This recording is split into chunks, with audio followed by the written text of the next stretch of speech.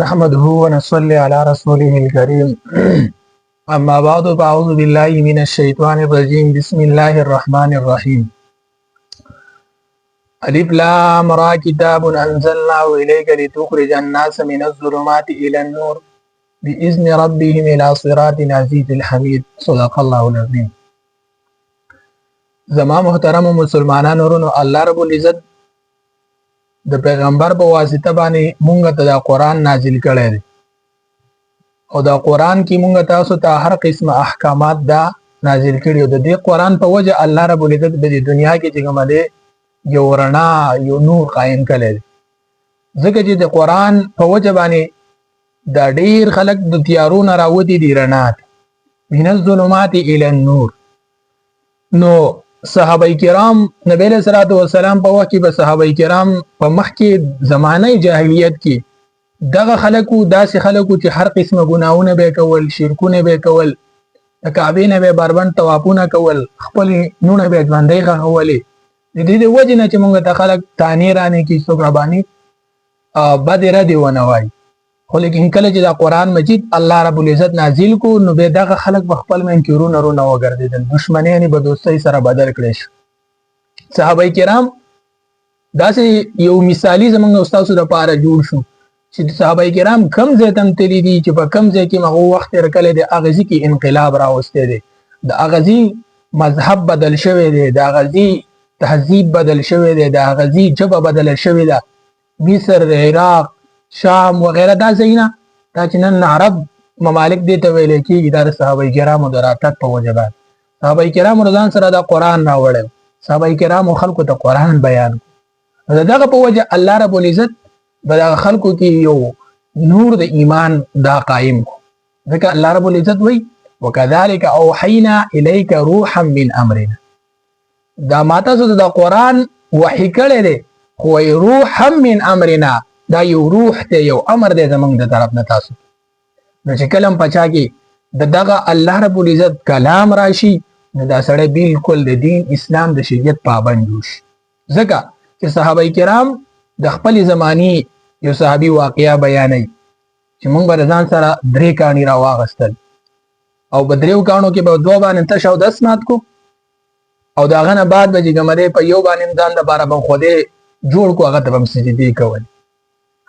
بلځه کې واقعیا بیانوي چې صحابه کرام یو صحابي خپل واقعیا داسې بیانوي، هغه وایي ما ځان د پاره یو بوت ساتل د کاڼي نه، هغه مې جوړ کړل ځان سره په خیمه کې زما سره پروت. زه به چې کله نا کله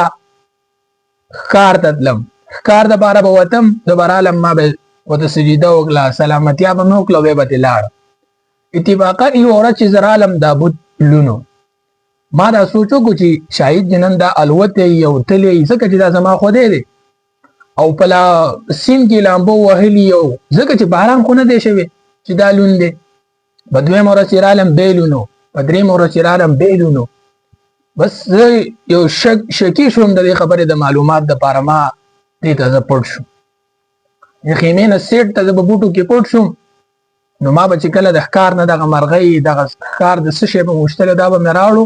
چې و به مې خوړو نو دغه هډوکي به مې د دې خیمې نه لږ سیټ ته یو طرف ته ګزارل. نو چې ما خیال وکړو هغه هډوکو له ګیدړان رال، نو چې کله ګیدړان رال نو هلته هغه هډوکي وخوړل، دغه نه بعد یو ګیدړ رالی زما په بوت باندې چې منې د پاسه څه شی وکړو میتیز یې وکړ. زما سره چوکه را سره وه او ډېر زیات په غوسه و، په خفګان رالم او بوت مې په چوکه چوکه ووه او سم مې برابر ووه او دغه نه بعد مې ګزار کو. ما وویل چې ته داسې خدای ته به ما داسې مصیبتونو نه تکلیفونو نه بچ کړي، ته به زما دپاره څه وکړي چې ته د یو ګیدړ نه ځان نشي بچ کولی چې په تا باندې د پاسه تشي میتیزې کړي. نو بس دغه نه بعد نبی علیہ الصلوۃ والسلام خوا ته رالم او ایمان مې راوړ. دا په څه وجه باندې؟ ځکه چې پیغمبر ته بیا دغه صحابه کرام د خپل زمانې کم واقعیا کم حالات بیانوي، خو چې کله دا قرآن سینو ته کوشو نو به دا خلکو کې انقلاب رالی او دغه په وجه باندې نن چې موږ ځان مسلمان ګڼو، نن چې موږ د اسلام دعوه کوو، دغه صحابه کرامو موږ ته دا دین را رسولی. دغه صحابه کرامو په وجه باندې موږ نن چې کوم په دین باندې بالکل سربلند یو، خوشاله یو، ایمان هم تر تازه دی، اسه وجه دا غور هغه مهنت دی کړي مشقت دی کړي دا رنګ منګ هم پسان کې دا قران راولو او د قران تعلیم عام کو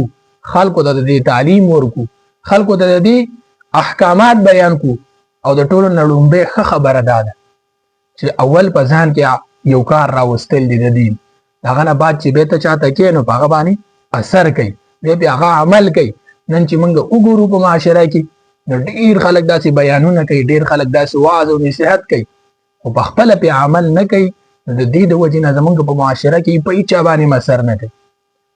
د ټولو نه اهم او خبره ده چې موږ څه وکړو اول په عمل وکړو چې کومه مسله واورو کومه ترجمه واورو کوم تفسیر واورو داغه نه بعد به نور د بیان دا سو خبره مران دي کې الله رب العزت دې عمل کولو توفیق